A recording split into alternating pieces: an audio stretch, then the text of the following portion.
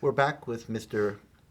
Ernest Gelb, and we're going to be this sequence will be referring back to the earlier part of the interview when Mr. Gelb was speaking about his family members. So we're going to have a look at these individuals here who were your great-grandparents, correct? If you want to just speak about them, Yes. Mr. Gelb.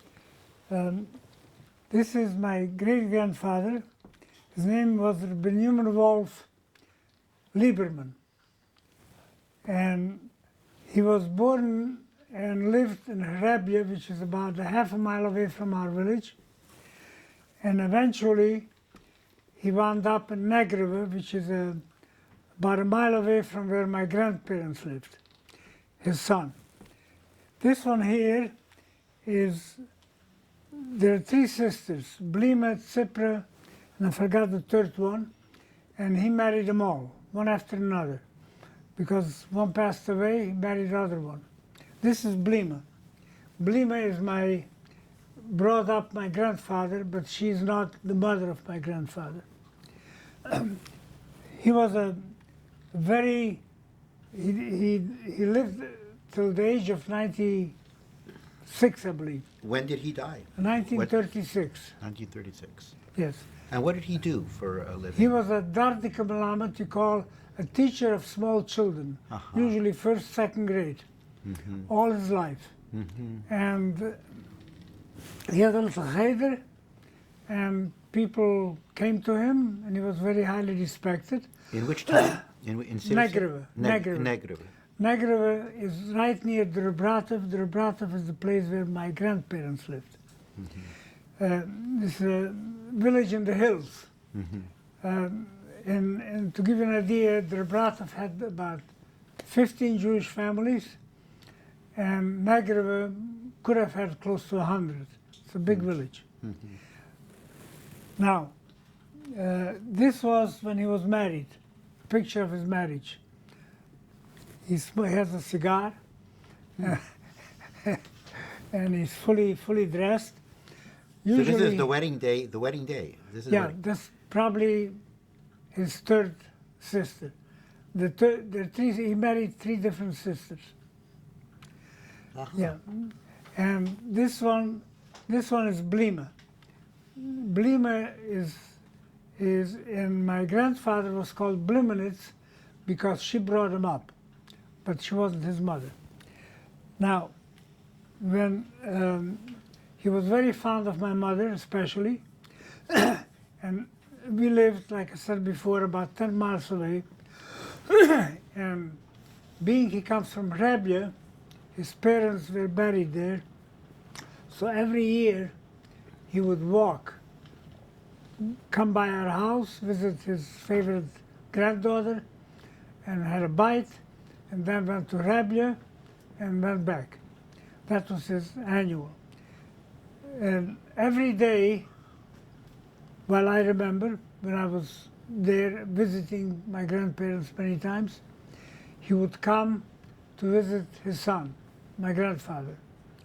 At that time, he didn't have a wife anymore. He was alone. And he was a big smoker.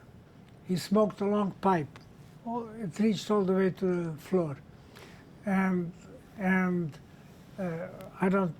My grandfather didn't think that he had available finances, so he always had a broken package of tobacco. And he said, you know, I don't know how it got broken, but I can't sell it, so you might as well have it. So this is how he had constant tobacco. And I enjoyed him very much because he was very critical. My grandfather used to pick on me, and he picked on my grandfather. So that made me happy. All right. But he was a good man, and he died at a ripe old age. This one here is my grandfather, my grandmother, and I'm in between them. And on the right side is my uncle Avrum, my mother's brother.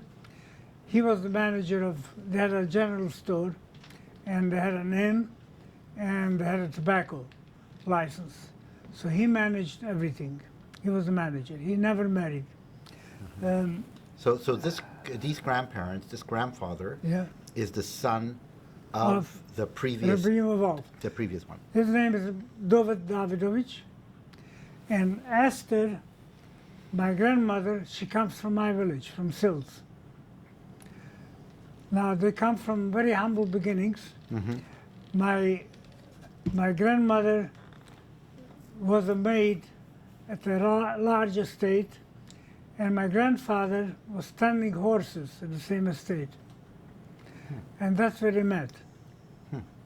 And they raised a family of 10, all not only beautiful children, but healthy children and kind children, and very, very bright. And Beautiful. so. And there you are in the middle. I'm in the middle.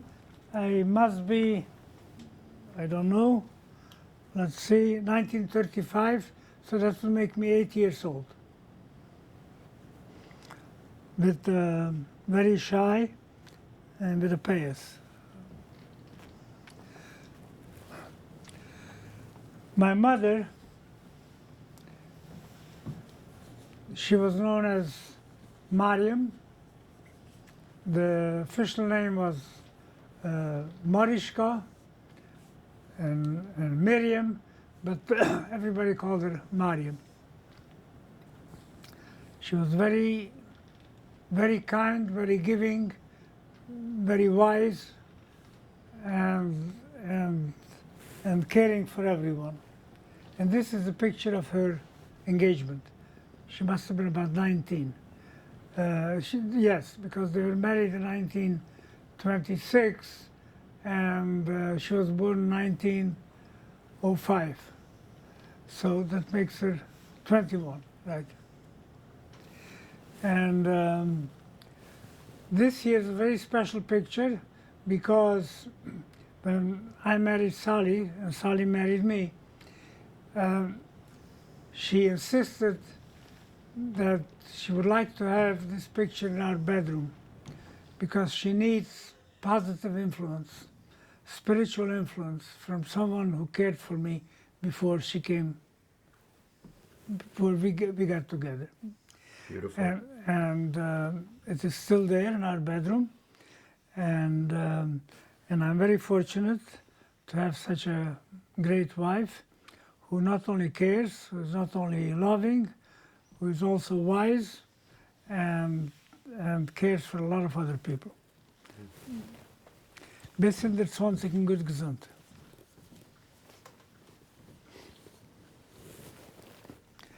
This is a picture of my father and mother at their Hosen color picture, even the groom and bride, before they were married. Or maybe after they were married. No? Before. Okay. And my father at that time was 25. He was born in 1901. And my mother had to be 20 or 21 when they were married. And they were happily married, unfortunately for a very short time, because in 1941, which was only 17 years later, my father was taken away, and by the time he came back, my mother was no longer alive.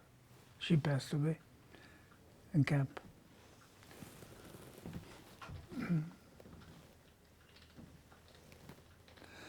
This is my mother's brother, Milach. All the boys, except Avrom. Avrom was managing the store, and Shmuel, and Milach, and Berry, they were all sent to Pressburg, to yeshiva. And Milach also learned the trade, pocketbook making in Pressburg, which is Pressburg, Poznan, and he married the boss's daughter, Freilich. Unfortunately, they were taken away to Poland with everybody who was taken away and never came back. They had a child and never came back. Very, very, very fine young man. This is my middle sister. I had three sisters, Libu, Zlatko, and Blima. This is Zlatko. Very beautiful. Everybody loved her. We all loved her. And 1944, one day, she's no longer. I remember she had a mole on her neck, which was probably cancerous. And she had to be taken, my father took her to Prague, to a special clinic where she was treated. And of course, my father was lonely and she was lonely. Prague was about 1,000 kilometers away from us, a good 600 miles. And they were there for over a week. And my father would visit her every day. And the doctor, who was most likely one of the best in the area for this ailment, objected very much that my father visited. And my father, like I mentioned before, was a real people person. He told the doctor, you know, mountains don't meet, but people do meet. There is a possibility I'll be able to repay you a favor. And that melted his heart, apparently, and he let my father visit every day. In 1938, when the Germans took over Czechoslovakia, the mainland, not our area yet, there was a mobilization because before the Germans took over, the Czech people were going to fight because they were going to have the British and the French, who had a pact with them, they're going to fight the Germans. But apparently everybody backed out and they had to give up Sudetenland. But in the meantime, during the mobilization, there were a lot of troops in our village. And lo and behold, my father everybody is interested to see the army coming in. They were a friendly army. And on 3 horses, were the officers. And one of the officers is none other than the doctor who operated on my little sister. And my father immediately invited him to our house, and we treated him as a very, very special guest, and he reminded him that people do meet. It's a story one of a kind, I believe. But Special story. yeah. Special. So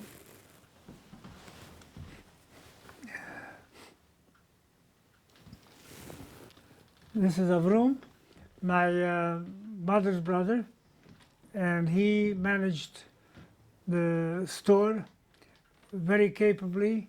The store was a very active store, and so was the inn and tobacco, but nobody had any money. So everything was barter. People would buy oil for a bag of corn, or salt for 3 eggs, and all these things were put away in different barrels. The eggs and the corn and the wheat and the rye in different places. And every Monday morning, my uncle Avrum would go in with a wagon and horses, which belonged to a neighbor and was paid, of course, to Munkac, which was the big city, and took in all the produce and sold it there to the wholesalers, and got vouchers with these vouchers, they bought the groceries, and then they managed for another week. The store had everything: textile, eyeglasses. So the store was largely, the exchange was barter in the store. Yeah, everything. Everything was barter. Everything barter. And how far was Salis from Munkac? Munkac, from the place where my grandparents lived, was about 10 miles also. Right, the Rebrat was right in between. Munkac was about, actually not. Munkac was about 16 miles from our village. And the Rebratov was 10 miles. So Munkac had to be 6 miles. Yeah. So every early Friday morning he would go in there, come back late at night with a full wagon of groceries and textiles and whatever else they needed. And he was taken away to labor camp, and unfortunately never came back. There was okay. I'm not going to go in. There are conflicting stories. One story is that my father met him in Majdanek, and he had typhus, and everybody was burned alive, unfortunately. Terrible, terrible, terrible. And another story is, which I just heard a few weeks ago, and I don't know whether it's credible or not, that he was discharged and he came and he was taken to Auschwitz. In any event, he perished for all the animals.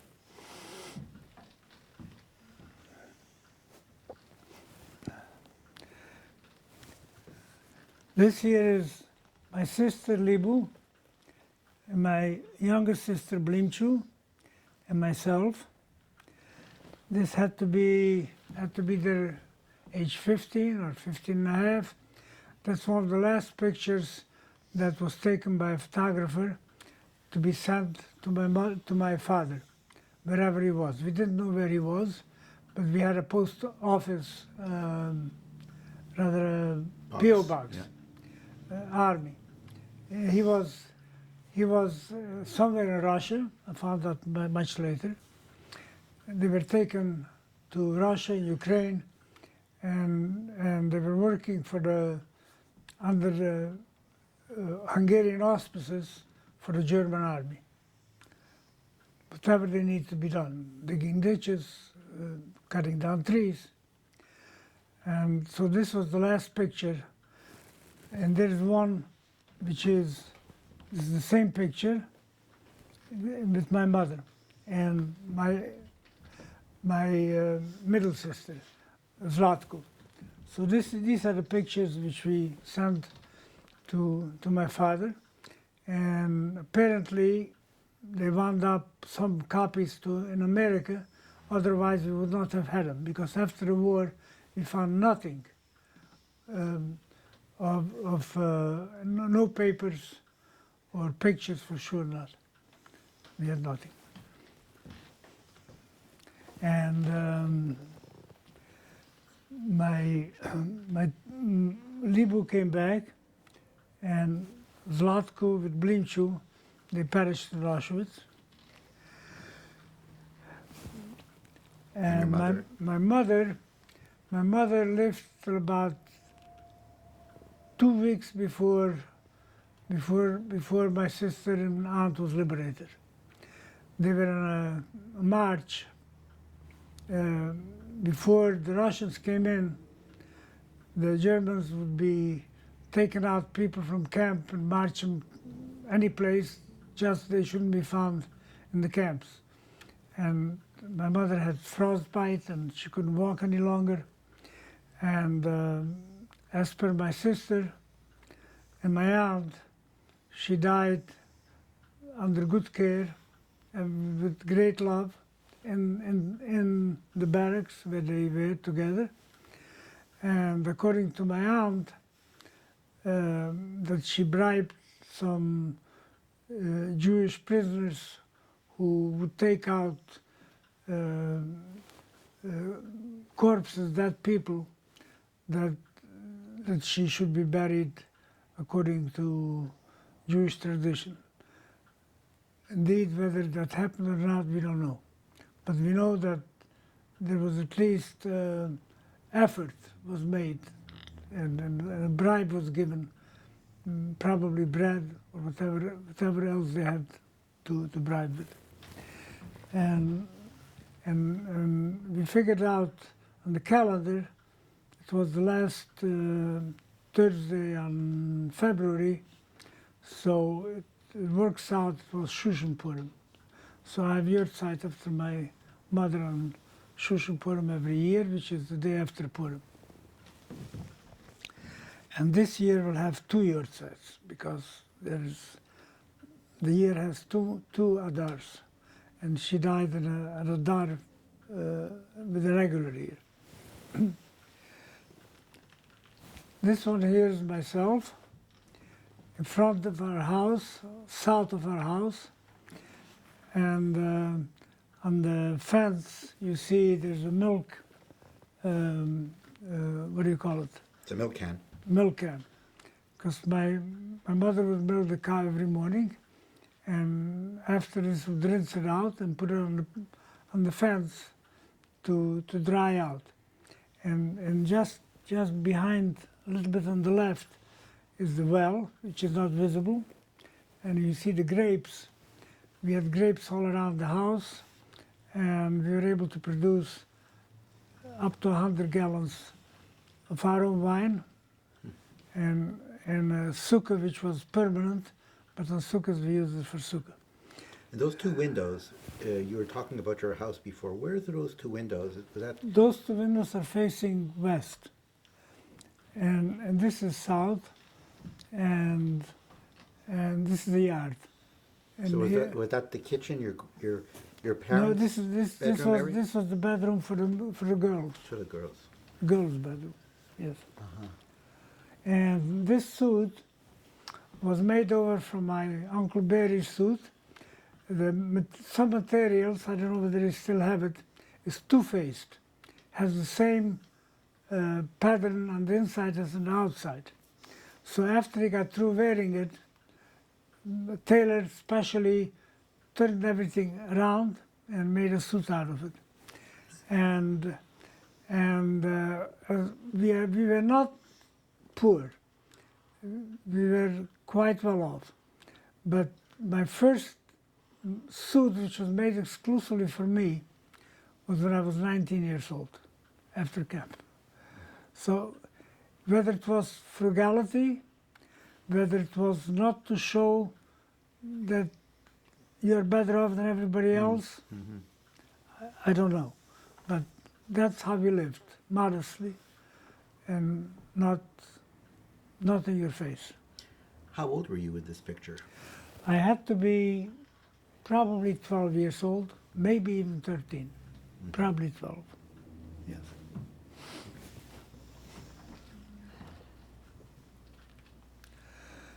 This one here is a very special picture. This had to be taken in 1936, I believe. Let me see. 36, 37.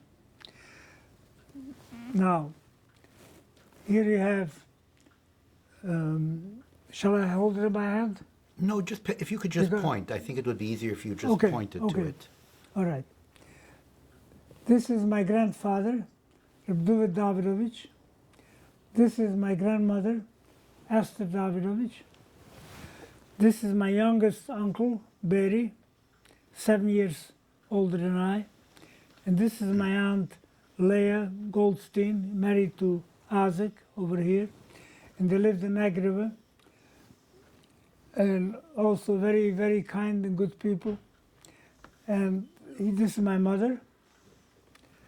And this one here is my aunt, Florence, who lived in America. And she came for a visit to our village. And she met her future husband, Hugo Davis, from Berexas. And remember her because we had a beautiful garden, and when she came into the garden, there was beautiful tomatoes, and she plucked one off and gave it a wipe and ate it. We in our village never saw anybody eating a raw tomato. So from then on, we used raw tomatoes. This is my mother's younger sister, Bertha, and she was married to Bela Gottesman, and she wound up alive, and she lived here, and she has children and grandchildren. And this is my sister Libu, right here, and this is Avrum, my mother's brother who managed the steward, and this is Shlomo, my cousin, the Goldsteins, Isaac and Leah's. And from this picture, Mr. Gelb, Yes. your sister survived, and the rest? Libu survived. Liba survived? Now, and Bertha survived, and Florence was here in America, and Barry survived. That's it. Everybody else, Shlomo, about half. Avrum, Yeah. Isaac, my mother, Leah. Leah actually died immediately after the war. And it's said that she probably died from heartbreak because she was all alone. And my grandparents also, they all perished. The majority Yes, yes. were murdered. Yes. This here picture is of my grandfather, and this was taken from passport. Passport picture. So it is quite, let's see, no year. Yeah.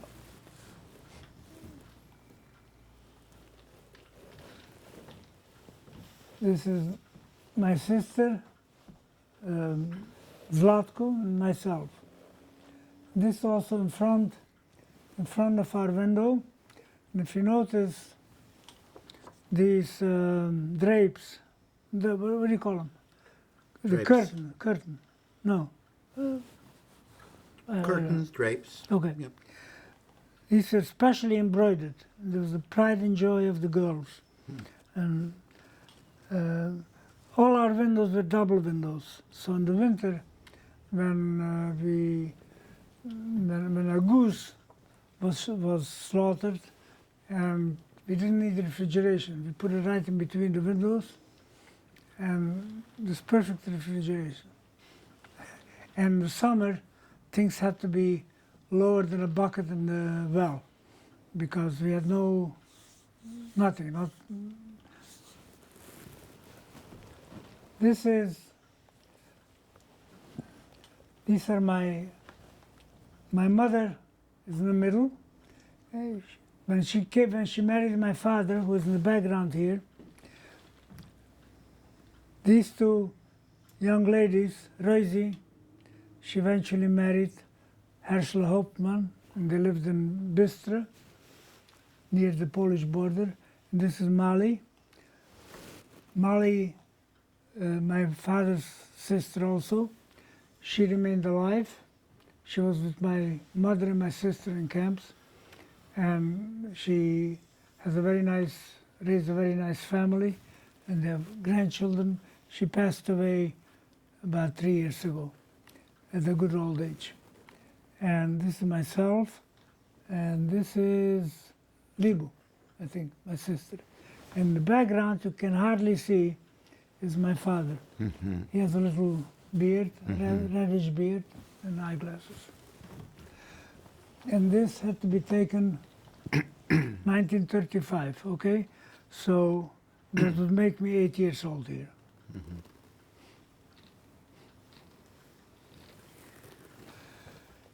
And this one here is my great-grandfather, whom We saw earlier. earlier, right? And this one here is his daughter. That's my grandfather's sister. And there was Mimetsivya, and this is her husband, Rbishak Yakubovich, and this is Surarivka, their daughter. She remained alive. Henchi, she remained alive. They lived in America. And her name I don't remember, but she was also one of the daughters. So from this whole family, these two remained alive. And I know Surarivka raised a beautiful family, and also Henchi.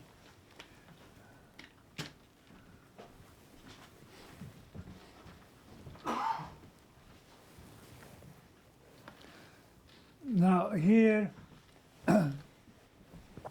we have my grandfather, Reb Davidovich, and my grandmother, Esther, and Bertha Broche. She married to Gattersman, and Avrom, who managed the place, and Zina, or Scheindl. Scheindl came to America in 1938. And most of the pictures that you see here were probably brought by her, and others were sent by mail to other relatives. Right. She eventually married my uncle Armin. Do we have his picture? I don't know. And Uncle Armin was my father's brother, and Scheindl is my mother's sister. So two brothers married two sisters. She lives right here in Hartford, West Hartford, Connecticut. And Nice to have her close. yeah, and she died about 10 years ago. But from this year, three have been murdered. Nice photograph. Yeah. Very nice photograph.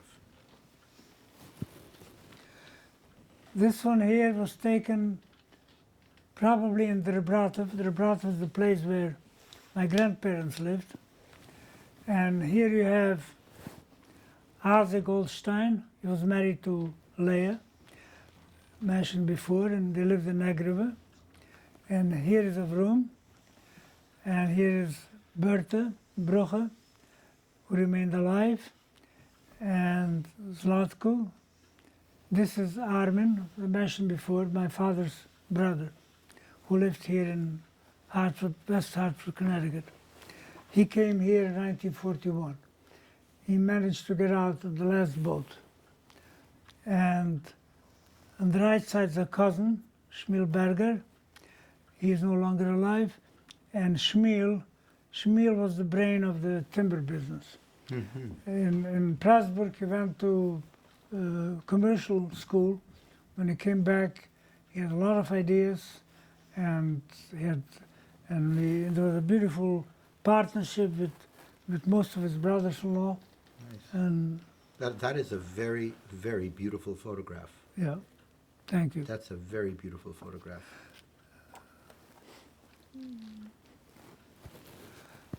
This one here is a picture of harvesting grapes somewhere in near my grandparents' village. And here this is my aunt Zina Scheindl, the one who lived here in West Hartford, who came here in 1938. And this is Isaac Goldstein. That's my mother's brother-in-law, my mother's sister's husband. And these are all workers who harvested the grapes. It's just a memento picture. Nice. Yeah. This is again my mother's sister, Broche, Bertha, and she was alive until a few years ago, and she lived till about 93, and she's the one who stayed with us for a year when she had to go to junior high. And as you see, the girls are very nicely dressed, and this is, she must have been in Orsha, the big town, for either waiting for the train to stop to bring her back. these are my two sisters. This is in Rebratov, in my grandparents' village. And they must have gone there on vacation, which they often did. We did we went back and forth to different relatives. And this is my happy mother with Zlatko and with a milk pail, right? Very happy lady.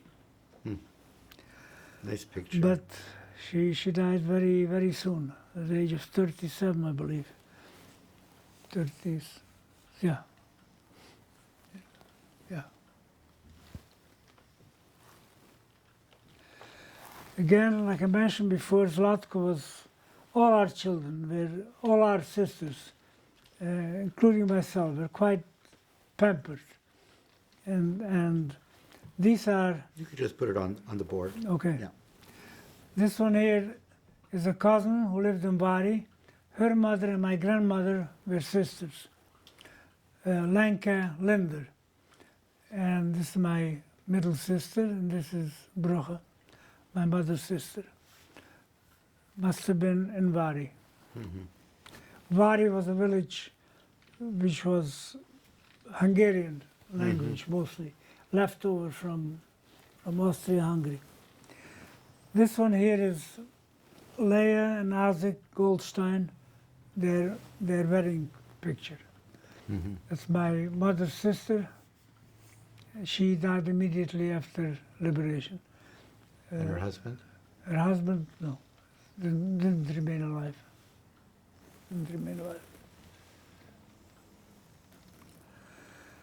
This one here is my my father's sister, Rosie. She was exceptionally kind, and everybody loved her. She also was a very great seamstress, and that's all she did. She made clothing for anybody and everybody who needed, and sometimes she even got paid. She married an uncle of mine, Herschel, who was a very jolly man. He lived in Cariatono. And I visited them once when I was 13 years old. They lived right hard by the Polish border, and they had a small Jewish community, all very pious, and all very good to each other. And their main business was, he had a horse and wagon to transport usually oats or timber from place to place. And other occupation of the village was that they made rafts from trees and sent it on the river with a driver to wherever it had to be gone. And so, and I remember there was one holy man there, Reb Gershon, and it was Pesach when I was there, second day Pesach, and we went over to the house, everybody. It was like a big party. The floor was a mud floor, and the people reenacting Kriyas Yamsuf, crossing the Sea of Reeds, would put on little bundles on their shoulders, and the floor, there's a bucket of water was poured on the floor, and it circled around the table in the water, recreating crossing the Sea of Reeds. And it was very, very special. And of course, they said Divrei Torah, speaking about the happening and informing and having food. It was very, very jolly togetherness. Nice. Did she and her husband survive? Her husband survived, not she. Not she. And he remarried and he lived in Cariatono.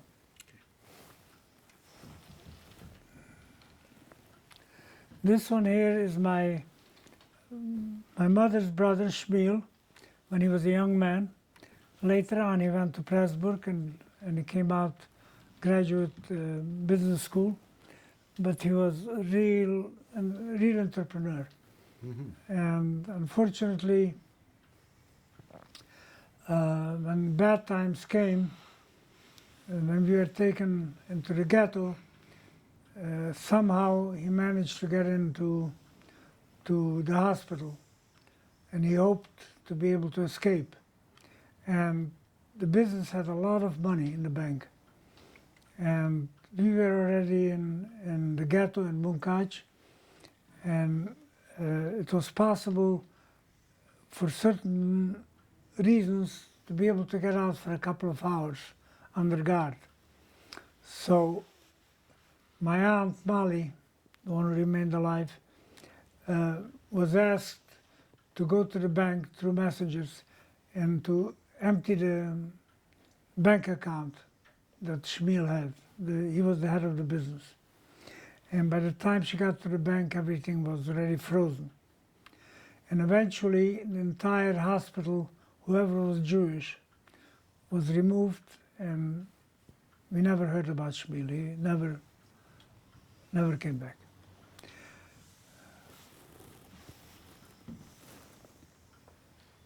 Beautiful photograph. This here, we saw the picture before with my aunt Bertha and Lanka and Zlata, my sister. This here is Lanka when she was much younger. Sorry, this is Lanka, and this is Avi. Lived there.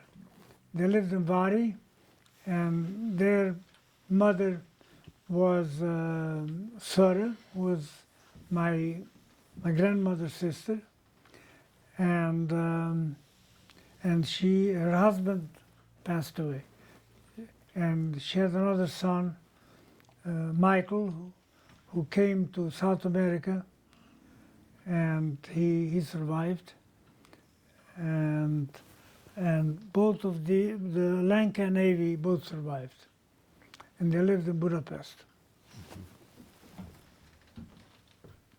We visited them at 1981. I don't know how old I was, but this is the front of our yard, in front of the house, and this toy horse, it doesn't belong to us. It was borrowed from the kindergarten, so a picture could be taken. How old am I? 1930, 40 years old. Very cute, very cute. And this is a picture of my mother, and the baby. The baby could be me. I don't know. You're not sure? I don't remember me. But May 9th, yeah, it has to be me, because it says so on the back. All right. There you go. Nice photograph. Yeah. Very, very Thank nice you. photograph. This one here is my Uncle Shia and my Aunt Hinda. Hinda is my father's sister, and she married Shia Blobstein, who was also from Sils. And they had a little store and an inn. He happened to be especially a very, very, very kindly man. And he was also in labor camp.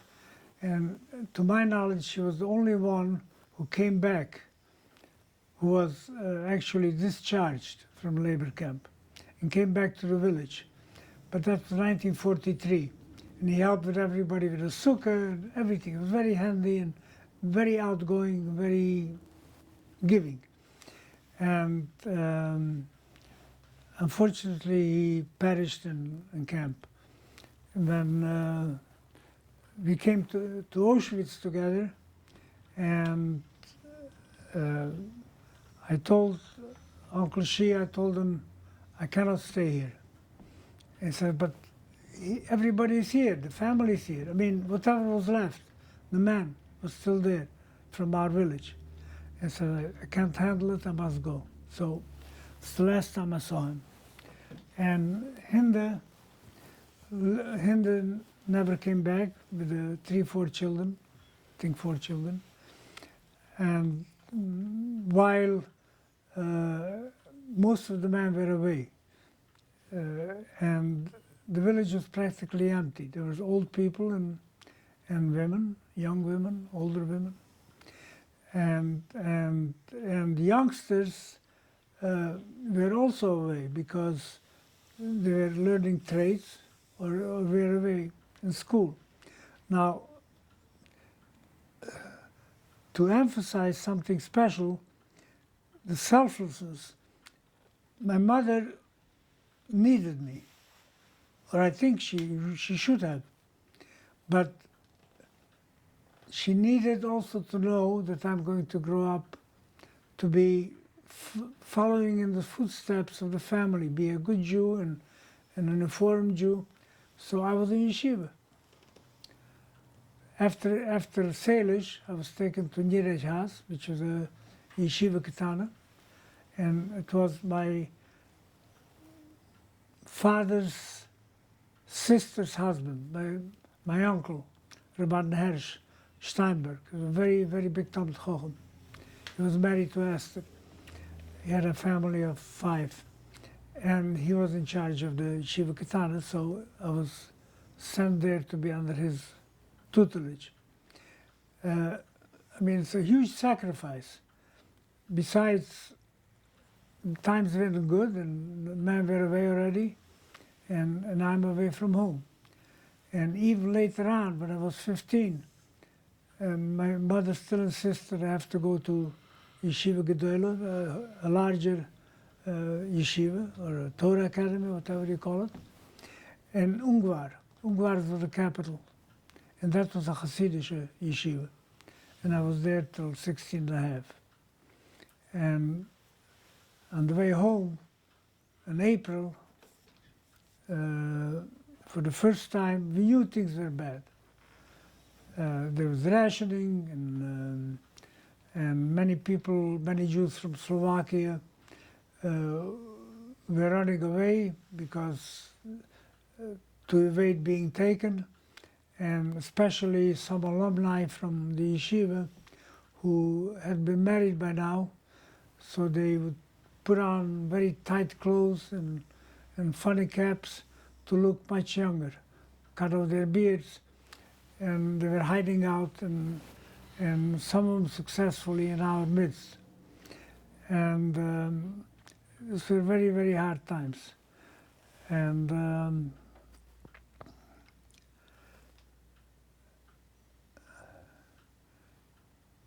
but my mother insisted that I stay in yeshiva. When I came home, first time I saw German soldiers on the train. So I knew this is a terrible omen, because the Hungarians were bad enough, but there was possibility, at least the people who were not taken away, there was a possibility to pull through somehow. There was some sort of order. And all of a sudden, when the Germans took over, then we knew that things are not good. And this is when I came home for Pesach. That was the last Pesach. This here is a very, very early picture when my father was in 4th grade in our school in Sils. And what is interesting to see, my father is here, right here. And what's interesting to see is that most everybody is barefoot. This is my Aunt Charlotte. She came here probably in early 20s to America. Most of the pictures were directed to her, and we got it from her. And these are mostly Jewish children, but everybody is barefoot, if you notice. A few people have shoes. My aunt came from not a poor home, also barefoot. So that's very early. It had to be 1905. Right. So before we leave this segment, Yeah. is there something you would like to just say about all these pictures and these images of the past, and yet so present in your life today? Well, first of all, I knew most of my family because most everybody that lived wherever they lived, they would somehow come to our town for different reasons. Whether they came to have a dress made with my aunt, or whether just stay over because of school, and there's always room, or sometimes for the summer, just for a couple of weeks, to while away the beautiful weather.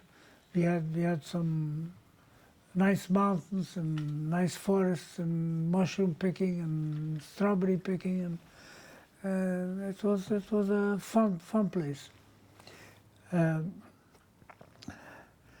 But it is the kindness that impressed me more. When I think back, especially because when you grow, it is natural that parents are supposed to love you, they're supposed to take care of you. But when you look back, you realize that I was very specially privileged.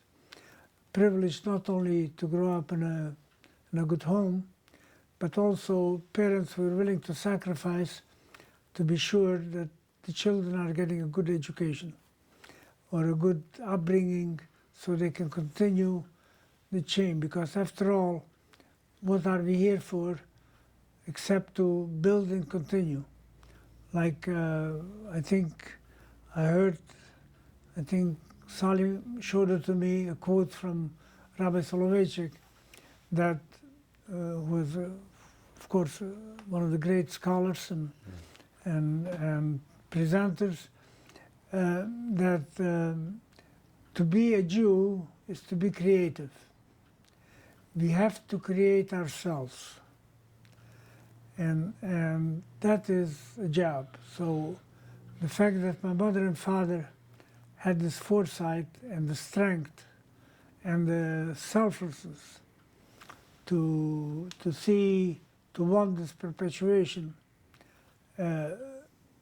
it wasn't easy on me, but that didn't much matter, because looking back, it was the greatest favor. And also wherever I went, whether it was Salish, or whether it was Nyíregyháza, which was in deep Hungary, or Ungvar, I met a lot of kind people. Others I didn't meet because I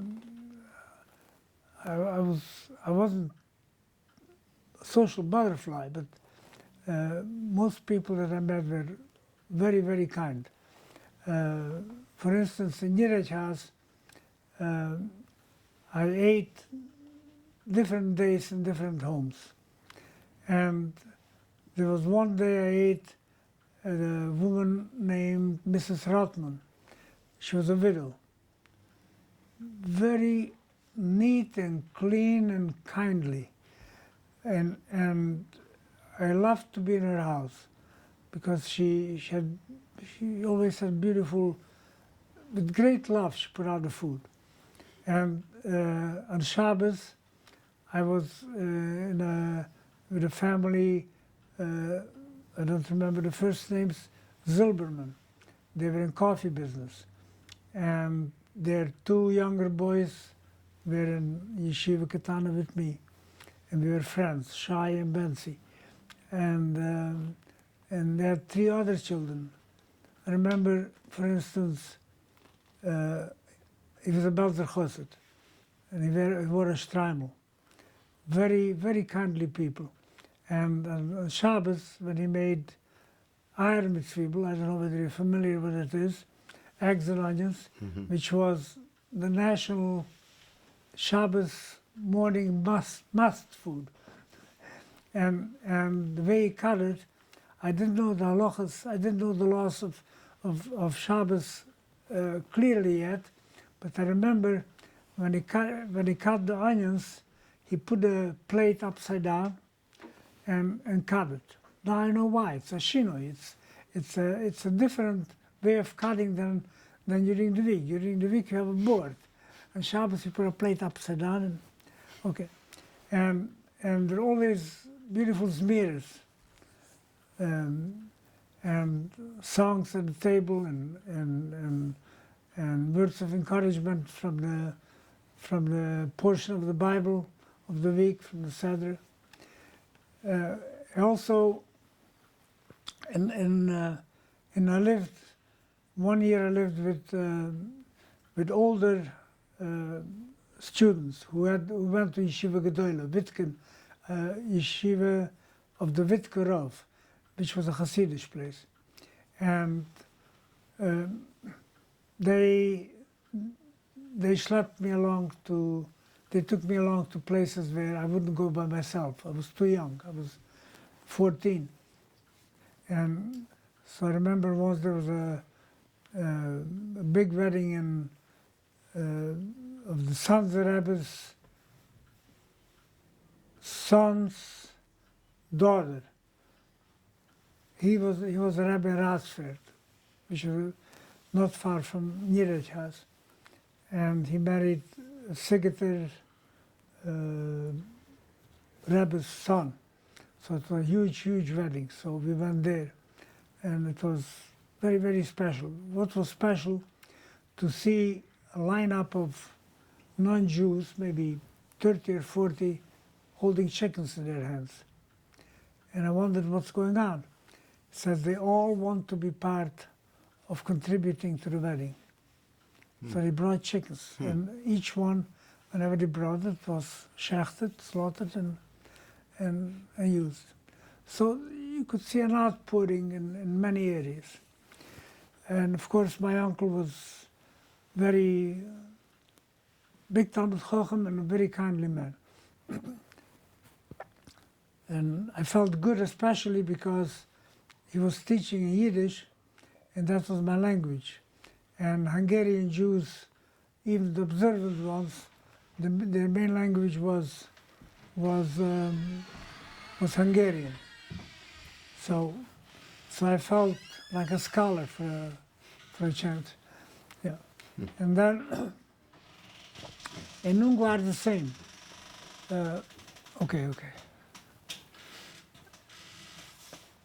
Another, I was suffused with love and with purpose.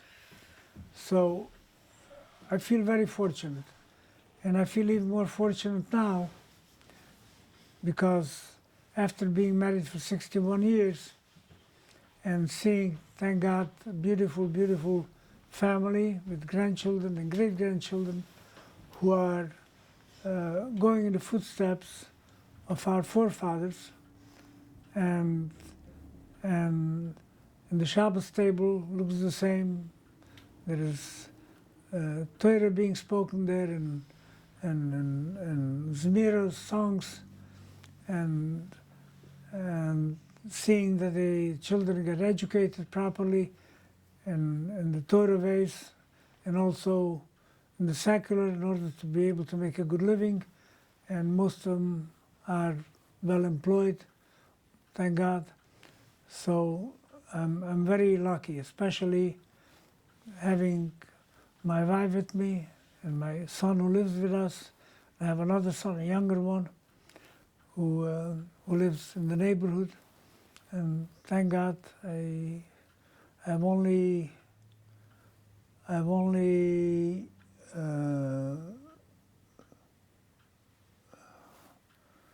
looking for a word. I'm only grateful. With all the problems are there, no question, they were there. You can't put it away, you cannot forget about it, and the world is guilty, and we have the victims, but you don't live as a victim, you have to live as a contributor. Absolutely. Absolutely. And that's what we always have been, and we still are, and thank God. In our family, I find that everybody is contributing. For instance, my daughter and son-in-law are special education. They have their own no-wall school. They teach in about 28 schools. Children who are either too smart or who are not maybe smart enough, and they help, and they are very respected because they are able to intervene. And my younger son, my older son, Ali, who's with us now, he used to be in the catering business, but then he became unwell, so he couldn't do it anymore. So now he lives with us. He also has a beautiful family. He has 10 grandchildren. He sees them every second week, and he sees. In fact, there's a picture right there. 4 generations learning. It turned out the picture was a snapshot, but my son's daughter brought it into school, and the rabbi, the teacher, was so impressed that he made this and gave it as a present. It's beautiful. We will return to this discussion a little bit later on, because we still have quite a bit to go forward. We have to go back to 1944 and still go into the Holocaust discussion. So we're going to take a break now, and we're going to come back in a couple of moments and begin back in the war period and listen to your experiences from that point on. Thank you.